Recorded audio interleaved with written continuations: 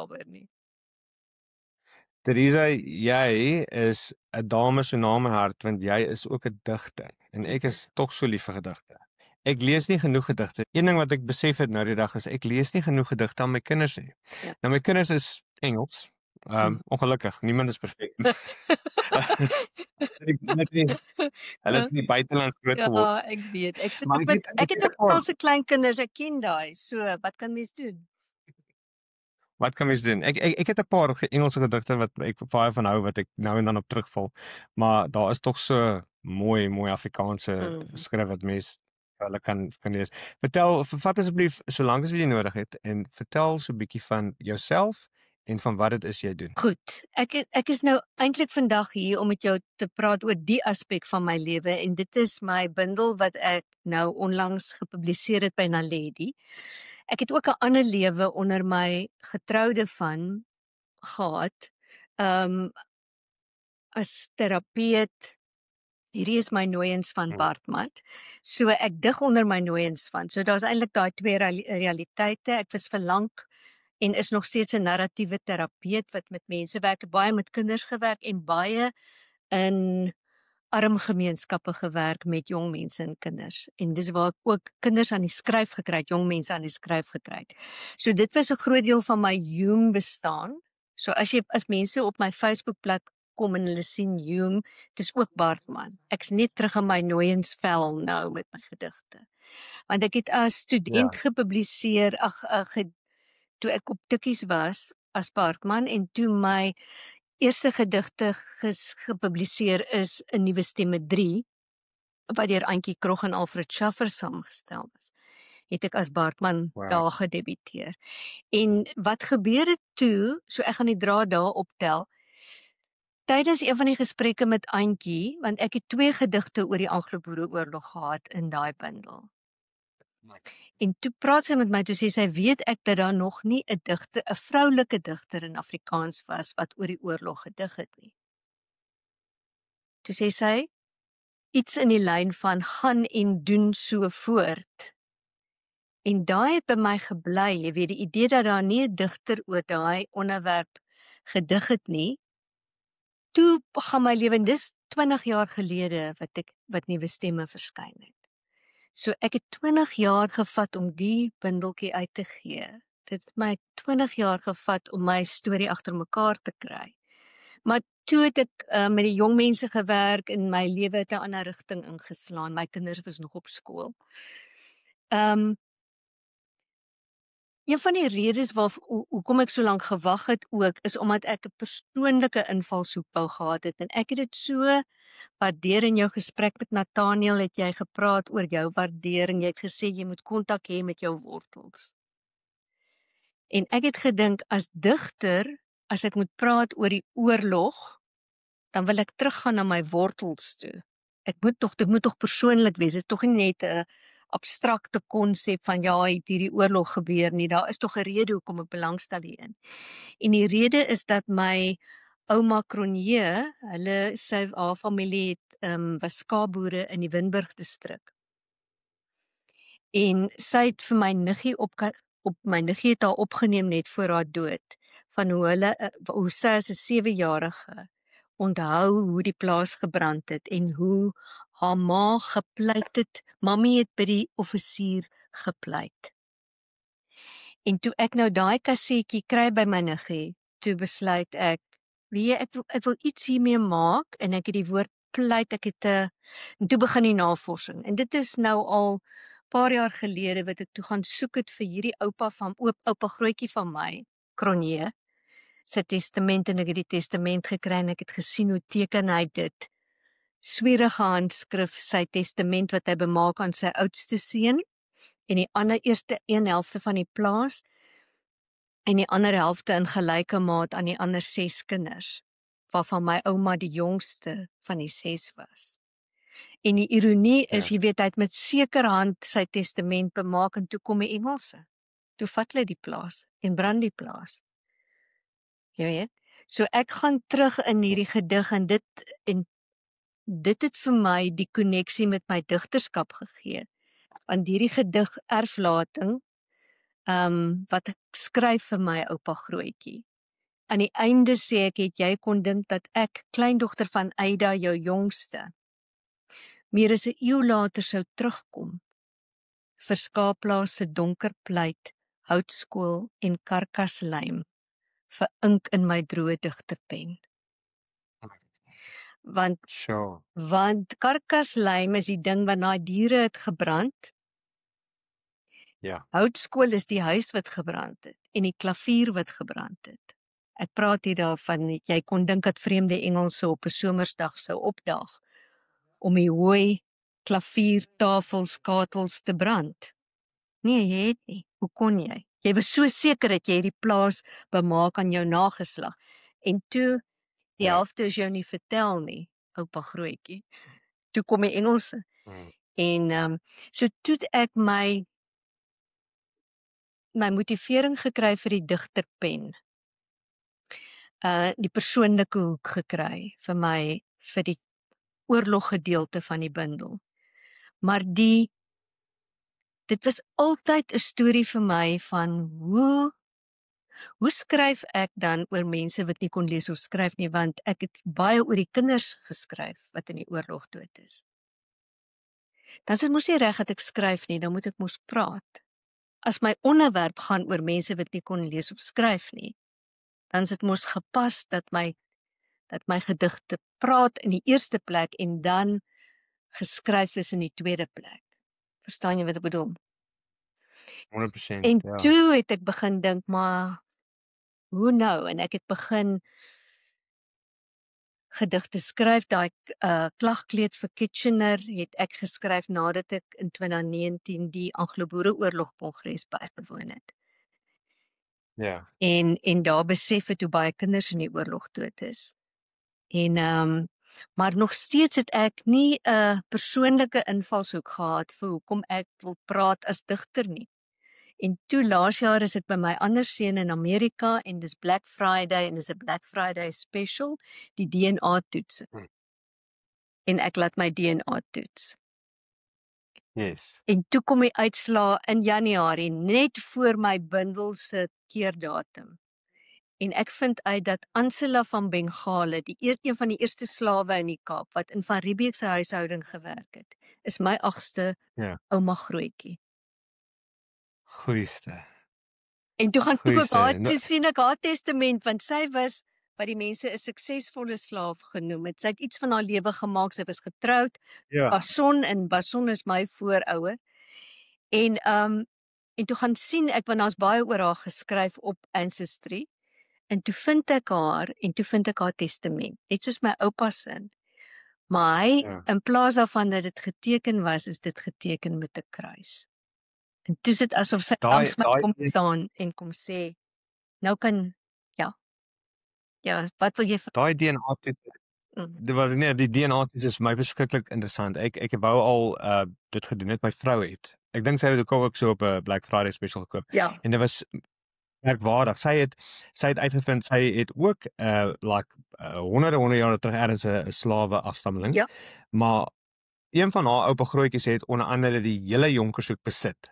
Dis aan hom gegee deur die daai tyd se gouverneur of wat ook al. Want hy het ook die helfte van die Parel besit. En dit was 'n baie suksesvolle plaas wat hy en om hy so suksesvol was, het hulle vir hom nog grond te gee, onder andere Jonkershoek, wat hy op die ou end toe ek dink verkoop het of weggegee het of vir die kerk gegee het of waar ook al dit gegaan het. Ek sê soos, ons kan nie klem lê op nie, want as julle nou ook nog 'n stukkie van Jonkershoek kon gehad het, yes, like it. Ja, en ek het baie daarso gaan hardloop en ek was vir jare fotograaf en ons het baie bergfiets afgeneem, dan gaan ons in die berge in Jonkershoek en dan wag ons vir die bergfiets om te kom. Ja. Ja, ek het heel van topic af, asseblief. Nee, want ek woon nou in Houtbaai en Ansela hulle, sy en haar man, het Kronendal besit, net hier af in die pad van my. Goeieste. So ek vra haar en hoe lank is jy al in Houtbaai? As ek mag vra, hoe lank bly jy al in Houtbaai? Ek woon hoe lank bly jy nou? Amper 2,5 jaar hier. 2,5 jaar? Ja. Ek het lank in Fizik gebly, ek ken Houtbaai. Jy ken Houtbaai. Ek woon hier op pad Constantia Nek toe. Ja. So In die bundel vra ek haar dan as my voormoeder leer my leef. Dis 'n lang aanloop tot die gedig oor die feit dat ek besef die helfte is ons nie vertel omtrent haar lewe nie. Ons hoor net die suksesse. Ja. Maar sy is gebring as 'n slaaf. Al 7 haar seuns is voor haar dood. Dis geweldige goed. Dan vra ek haar, my Ansela, leer my leef met 'n wond wat nooit genees en seën my onbeholpe digtertong. Ja. So sy word die Daar is baie voormoeder wonderlik. wat langs my kom staan met die tong, met die praat. Ja. Ja. So Het jy gesê 7 of 8 kinders, 7 of 8 seuns, 7 seuns. 7 wonde. Ja. Ja, dis moeilik. Dis baie moeilik. Ek so die idee van die praat, so ek het begin toe ek het hierdie gedig vir haar en die een van my oupa het ek self gelees en toe het ek na die Anglo-Boereoorlog Kongres het ek besluit ek weet ek is nie meer veronderstel om dit te doen nie, maar ek wil graag 'n kletsruim oor die oorlog maak.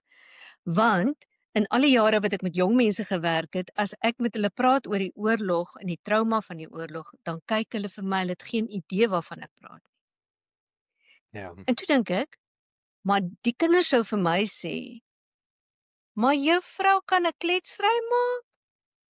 Maak 'n rap? Doen 'n rap? Maak 'n rap. Ja. Toe dink ek nou maar okay, dan doen ek dit en toe skryf ek en dit is COVID tyd, want dit was net ek skryf toe 'n rap en ek kontak toe vir Jitsvinger. Ek sê toe vir hom, ek het hom lank terug hoor praat, ek het gedink hy self 'n digter en natuurlik fantastiese kletsrymer. En toe sê ek vir hom, ek weet jy ken my van nêrens af nie, en ek wil jou nou vra, stel jy belang as ek vir jou 'n opdrag gee om 'n kommissie gee om vir my 2 gedigte te verklank. Een is 'n kletsrym. En die ander een dag ek toe en ek gooi dit in is 'n weeklaag vir Kitchener. Die titel van die gedig word Klagkleed vir Herbert Kitchener. Ek dink toe ek doen dit om te kyk wat maak hy daarmee. Die kletsrym is toe fantasties en tot my verbasing is die weeklaag toe net so roerend. En toe ek nou besluit om die bundel saam te stel, toe besluit ek om hom te vra om nog 'n gedigte vir my waar die klank belangrik is, nog klankbane te skep en dan lees ek die gedig en dan is die klankbane by en elkeen van daai gedigte het so 'n klein QR-kode onder in die boek. So jy klik net op daai en die ou wat dit gedoen het gesê vir ou mense wat nie weet hoe om dit te doen nie, is die skakel ook daar, so jy kan dit gaan intik as jy sukkel met die QR-kode. Dit vat jou na dieselfde platform toe waar jy dan kan gaan luister hoe ek die gedig lees. Dis baie slim. Dink jy nie? Ja. Ek is bly jy dink so. Ja. So dan lewe die gedig op 'n ander manier is net om dit te lees. Ja. As jy weet. Ek het so net om 'n bietjie my agtergrond te gee oor die Anglo-Boereoorlog. Ek was nou nie daar nie. Ek net dit uit die pad uit kry. Maar ek is 'n ek sal sê ek is 'n kind van die geskiedenis daarvan. Ja. Nou as my meneer Rademeier wat vir my geskiedenis gegee het in stand 8 tot matriek nou hierdie video sien, sal hy sê, "Jep, dis waar." Ek was verskriklik lief vir geskiedenis en ek het dit opgevreet en ek het 'n A gekry vir my matriekgeskiedenis en dis so lief ek daarvoor was. Want ek het vasgeglo en ek glo dit nou nog, as jy wil die toekoms voorspel, gaan kyk na die geskiedenis en leer uit dit uit. En dit was my ek het die pyn gevoel. Ek het seer gevoel oor wat die Engelse mee weggekom het. Ek was kwaad. Ja. En dis hoekom ek ook nooit belangstel het om Engeland toe te gaan en so nie. Totdat my vrou eendag my gesê het, "Raai wat, ons trek Engeland toe." Ek sê, "Wat?" En toe ek weer sien, toe klim ek by juffrou by die lughawe af en daar toe ek het 3 jaar in Engeland gebly. Maar ek wil jou graag 'n storie vertel en as jy nou soos jy sê nou van my video's gaan kyk, sê jy sien ek het al die storie genoem ergens daar. Ek dink ek het vir Bok of vir Steve Hofmeyer. Ergens het ek die storie opgebring. Ek het 'n verkeerde draai gevat in die dorpie waar ons gewoon het in Aldershot. Dis die dorpie se naam in Engeland. En dis 'n weermagsdorpie.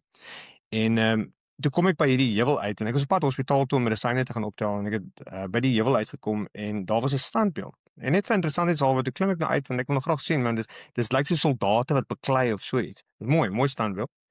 En toe sien ek daaronder staan 'n inskrywing wat sê this statue is built in honor of all the brave soldiers who gave their lives defending their country in the Anglo-Boer War.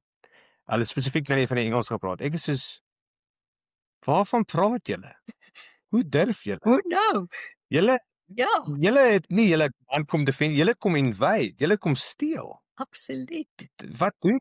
Absoluut. Ek was Ja. Ek was kwaad.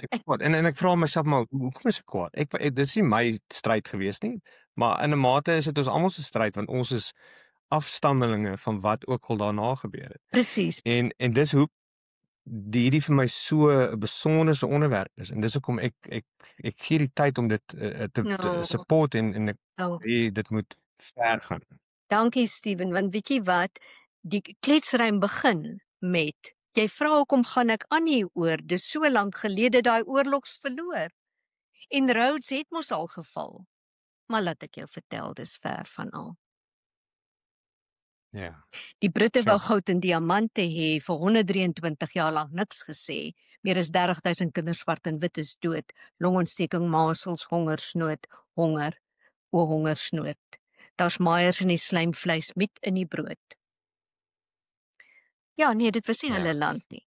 En daai selfde woede wat jy beskryf, het ek gevoel toe ek toevallig op Wikipedia afkom op Kitchener wat lê in sy eie kapel in St. Paulus se kathedraal. Die argitek van die konsentrasiekampe. Ja. Dis hoekom ek daai klagkleed vir Herbert Kitchener vir hom geskryf het. Ja, het jy ooit lank na die verre koloniese stof en hakensteek van jou af was, het jy ooit donker nagtelik wakker geskrik van 'n kind se ingesakte oë? Ja. Dit is ja. En maar weet jy, Steven, die ander ding soos jy nou vir my vertel het van jou storie en hoe jy by die beeld kom, het ek ook gedink, kyk, ek het groot geword toe ek student was en poësie bestudeer het op universiteit, het ek die idee gekry baie sterk dat jy 'n gedig moet vir homself praat. Jy verduidelik niks. En ek het besluit, sê wie? Nee. Ek gaan my eie storie vertel. So ek gee 'n inleiding van hoe ek die foto van Kitchener gesien het en hoekom dit my so ontstel het en dit was die begin van die gedig. Sodat mense ook die groter konteks verstaan, want ek wil hê my poësie moet toeganklik wees vir mense. Ek wil nie hê dan moet 10 mense wees wat verstaan wat ek probeer sê nie. Jy weet. Nee, ek stem. Ek skryf self, ek het baie gedigte daar buite. Ek het hulle maar so gedeel en geshare onder familie en wat ook al. En ek is baie lief vir Afrikaans skryf. En ek het altyd op skool dan was 'n gedig amper soos 'n wiskundige vraestel. Jy moet hom ontleed. As ek sê hoekom is dit moeilik? Vertel wat jy sê. En ek het toe ek in my eie manier begin skryf, het ek het gehou van 'n punchline. Ek hou van 'n goeie einde. So as jy ek van my Afrikaanse goed voort en dan as jy sien as dit teen die einde dan is daar altyd iets wat vir jou half terugvat na die groter konsep van wat ek probeer vertel het. Maar jy verstaan wat ek vir jou sê. Jy hoef nie jy moet 'n rocket scientist wees om uit te vind wat jy hoef nie 'n meestersgraad in Griekse mitologie te hê voordat jy die gedig kan verstaan nie. Nee. Presies. Nee. Nee, goed, ek sien uit daarna om dit te lees. Net terug die eerste gedeelte, die bundel bestaan uit 3 dele. En die eerste ek sit toevallig by die kunswerk wat op die voorblad is, my vriendin Alta Botha se kunswerk en die ding is getiteld Houtskool. Dit is wat oorbly na die brand. En die werk is ook gemaak van houtskool. So dis 'n dubbele betekenis. soos soms as mens navorsing doen vir die skryf van 'n gedig, Springfontein as 'n konsentrasiekamp spook al van Nuwe Stemme 3 se tyd af by my. En dit is uniek in die opsig dat dit is die enigste kamp tydens die oorlog waar daar 'n aparte begrafplaas was vir ongedoopte babas. So die Dominee Sandrock wat daar was, het geglo dat daai kinders gaan hel toe, so hulle moet in 'n aparte begraf. So jy weet, dis soos daai Russiese poppies, dis net nog 'n onreg binne en nog 'n onreg binne en nog 'n onreg. En Springfontein is ook een van die kampe wat die Engelse 'n bird cage genoem het. Dit is hokke waarin wat die Ladies Commission wat toe nou gestuur is deur die Engelse nadat Emily Habels gaan geraas maak het. Toe kom hulle nou uit en in die Ladies Commission verslag, ek haal dit aan, en hierdie aanhaling van die Ladies Commission is 'n stukkie deurslagpapier oor 'n foto van so 'n draadhok. Van die Captain Gosling has an enclosure to which he removes obstropolous people, also the very if women cannot govern their tongues, they are put in there. So die gedig wat ek geskryf het is vir so 'n vrou who couldn't govern her tongue. Ja. So hoor kom van ergens af, en as jy die geskiedenis verstaan en verstaan hoekom Springfontein spesifiek die kamp is wat ek kies vir die gedig, dan verstaan, as jy die konteks verstaan, dan verstaan jy ook meer van die gedig. Wat ek wou Nou, toe ek moes klank bysit by daai gedig, het ek gedink hoe op aarde, want dit gaan oor 'n vrou wie se tong opkrul en klip word. Eers is haar tong soos haar tong is soos 'n blikke waaraan klippe ratel.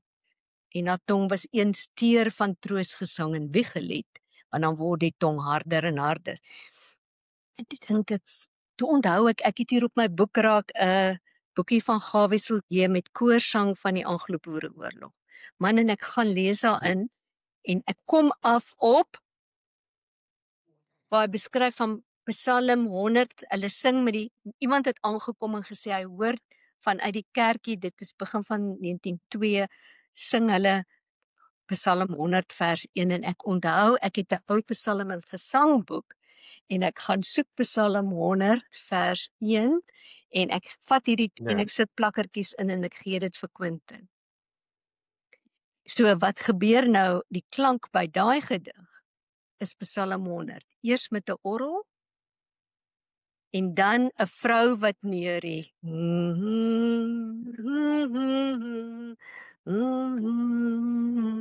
ek het sy musiek gaan like.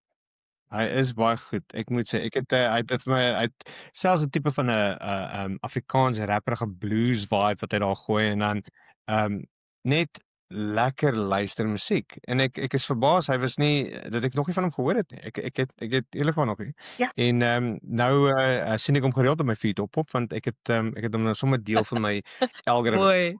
Mooi. Ja, hy het ek sien wat die impak kan wees in die buiteland. Hy het 'n groot spektrum van klank geskep. Ons het lank gepraat van die begin van die jaar. Ja. Ons het die 2 Januarie begin praat en ons het die finale klank einde Julie opgeneem. Maar hy het toe mense soos uit sy wêreld uitgekry om soos Charlotte Plaatjies het daai lieflike neurie stem gedoen en toe dat weet hy vir my, jy gaan dit nie glo nie, maar sy doen harmonies. So daar's 'n harmonie van daai Psalm 100 en dan sing sy hom een stem. En dan gaan begin die gedig oor die vrou wie se tong stil word. Anyway. Ja, waar was ons? Ja, ons het selfs gelyk. Goed. So die tweede deel, dis deel 1 is historiese gedigte. Deel 2 is hedendaagse sosiale kommentaar. Ook as gevolg van my ervarings met kinders in die townships. En dan die laaste gedeelte is persoonlike verse. Persoonlike verse. Nou, jy het al van hierdie gedigte nou blootgestel in Suid-Afrika. Hoe is dit geaanvaar deur die ouer geslag wat hoe sal ek sê dat waar die Anglo-Boereoorlog se stories nog letterlik deel was van hulle slaaptyd stories. Ja. Ek sal nie hoe sê die kinders Ekskuus, hoe het hulle dit aan die mense wat in my gehore was met ontroering en verstomming. Maar ek aanvaar daar gaan mense Ja. vir wie dit 'n bruggie te ver is, om nou 'n lelike anglisisme te gebruik. Vir wie dit heiligstens gaan wees. Nou ja. Ek aanvaar dit. Ja. Mense weet nooit. Die ene wat ek moet sê, en dis met die geslag wat ek die my groep ouderdomsmense met wie ek teekom hier in die buiteland. Daai die onderwerp van die Anglo-Boereoorlog en ons geskiedenis en wat ook maar grootendeels deel maak van ons tradisie as Afrikaners. Ja. Is gereeld 'n onderwerp langs 'n braai of langs 'n vuur hierso. Want kyk, ons is hier in die land van die mense wat daar ingekom het. Want Australië was maar net so skuldig as Engeland met die Anglo-Boereoorlog. En hulle het almal saam daar aangekom en begin moles maak, maar ja, so ons praat gereeld daaroor, ek en my vriende en maar op die eind van die dag, soos ek gesê het, dis nie my oorlog nie en maar ek kan nie help die pyn wat ek voel nie. Ek kan nie help die woede wat ek voel as en die ergste van alles is in Engeland in die skole word die Anglo-Boereoorlog nie so geleer aan die studente soos wat dit gebeur het nie. Dit word so oorgebrush. Ja. Net so vlugtig. Ja. Dit word nie 'n groot want die tema van kolonialisme en van dat dit eintlik gegaan het oor minerale en goud en diamante en hoe hulle mense hanteer het. Ek bedoel ek haal hier byvoorbeeld vir Garth Pennyworth aan oor die swart kampe. Wat hy gesê het, Milner het 'n let die beleid gehad. 'n laat sterf beleid teenoor die swart mense in die kampe. Hulle het geen brandhout gekry nie, hulle het geen skuiling gekry nie. So ja, weet jy, ek aanvaar daar gaan ouer mense wees wat dink nee, 'n kletsruim is nie gepas nie, maar weet jy wat? As jy vir 'n generasie die storie wil vertel, wie se ore oopgaan as dit 'n kletsruim is, hoekom sal jy nie 'n kletsruim as formaat as genre gebruik nie? Dit gaan nie vir my om puristies te wees nie. Ek kan, maar dan gaan hulle afskakel, hulle gaan nie luister nie. En as daar wel 'n belangstelling is as gevolg van hierdie, sal dit vir my, want dan ontsluit ek ook 'n deel van die geskiedenis vir 'n groep mense wat andersins geslote sou wees daarvoor. Dis presies. En selfs kyk, dis jy moet probeer.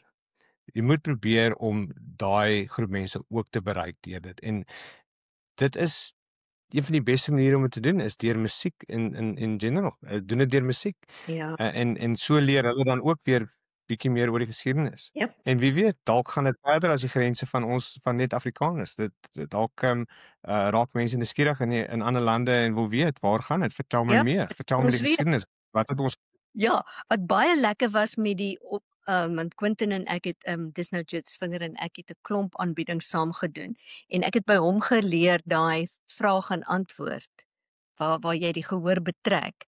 So toe ek gesê vir hom ons gaan dit nou ook met hierdie een doen. Dis so lank gelede dat oorlogsverlore Rhodes het moes al geval. Laat ek jou vertel en dan moet die gehoor sê dis ver van al. En dan oefen ons dit en dan 50 mense in die gehoor daar in Pineless sê dis ver van al. skryf. Ja. Dit is Goed. Ons het dubbel gegaan as wat ons gedink het ons gaan, maar ek is nou nog nie 100% nie. Ek gaan hom net so publish, moenie worry nie. Ek wil net by jou weet wat volgende vir die buiteland. Ek weet jy's op pad Australië toe. Hoe lank? Ek kom ek is beskikbaar tussen die 20ste en die 30ste Januarie is ek in Sydney. Ek kom elke jaar sit. Yes. En ek was ook al in Ja, ek weet Janie. Goeie vriendin. Boekhouding sy eienaar, sy kan nie meer wag nie. Ag man. So, ek wil sê as daar leeskringe is, mense wat belangstel dat ek met hulle moet kom praat, kan hulle vir my kontak. Ek weet nie hoe nie, ek weet nie of ek my e-posadres kan gee en of hulle deur jou vir my gaan kontak nie, Steve. Absoluut. Absoluut, daar's geen probleem daarmee nie. So vir die van julle wat het tot die gemaak het, ek gaan die e-posadres Ja, die van en julle ander wat details van die enkeles van julle wat nog hier is, ja. Dit is Therese se e-posadres sal in die beskrywing wees vir die van julle wat meer vra het, en ek sal ook Therese, ek sal 'n paar shorts en so uit die video uithaal. okay. En dit deur die volgende paar dae sal ek dit deel en ook vir Boekwurm gee sodat hulle dit ook daar op hulle platform kan sit sodat mense met jou Baie kan kry as dankie hulle wil. en vir mense wat dalk Suid-Afrika toe kom oor die feestyd, die boek is by Naledi beskikbaar. En as jy dalk vroeg Desember in die strand is, ek praat by die leesfees daar en ek het my stapeltjie boeke en dan gaan ek Stilbaai boekefees toe einde Februarie.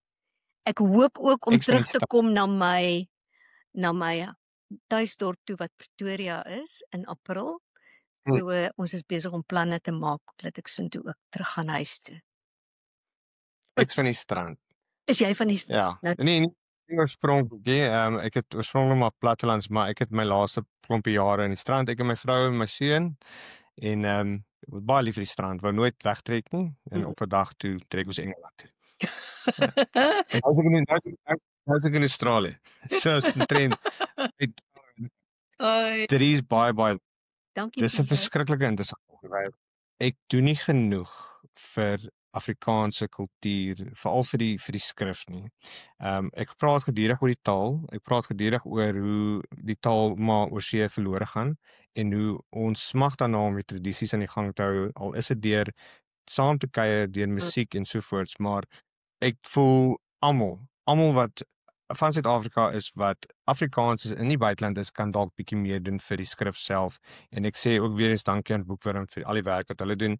En ja, ek sien uit om te sien wat volgende. En vir jou wil ek net sê baie dankie dat jy daai herinnering lewendig hou, want op jou manier wat jy nou gedoen het jy dit gaan, en ek is jammer ek vergeet al die mooi Afrikaanse woorde, maar jy dit gaan immortalize in skrif, sodat mense dit jare later nog weer kan gaan opsoek en weer lees. En luister, ek hoop ook luister, as hulle nie meer kan lees nie, want ek het 'n gedig oor demensie geskryf, oor my ma en haar stryd met demensie, want lees is die eerste ding wat gaan, en later kan jy net nog die klank onthou, en die klank is die ding wat dan bly. So, ja, klank het ook 'n rakleeftyd van sy eie. Baie dankie vir hierdie gesprek en vir jou meelewing hiermee. Ek waardeer dit geweldig. Baie dankie, Steven.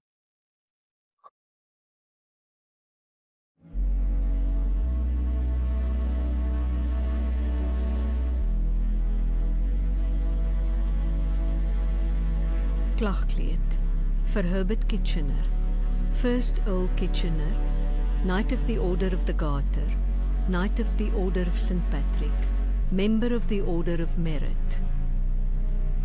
By die voete van jou beeld in jou eie kapel in St. Paulus se kathedraal sit Maria gebo oor haar marmerseun. Maar het jy, lank na die verre kolonie se stof en hak en steek van jou af was en jy reeds ridder, ooit donker nagtelik wakker geskrik van 'n kind se ingesakte oë? Vir ons het oorgebly losdrade asem en klank om mee te ryg, om oorlog se bokant opdrag gee, uitdryf, wegvoer, brand, nalat, verhonger, weerhou, bloederig vaste werk aan die onderkant, pleit, kerm, skree, kreun, roep, hoes, huil, hyg, roggel, snak, sterf.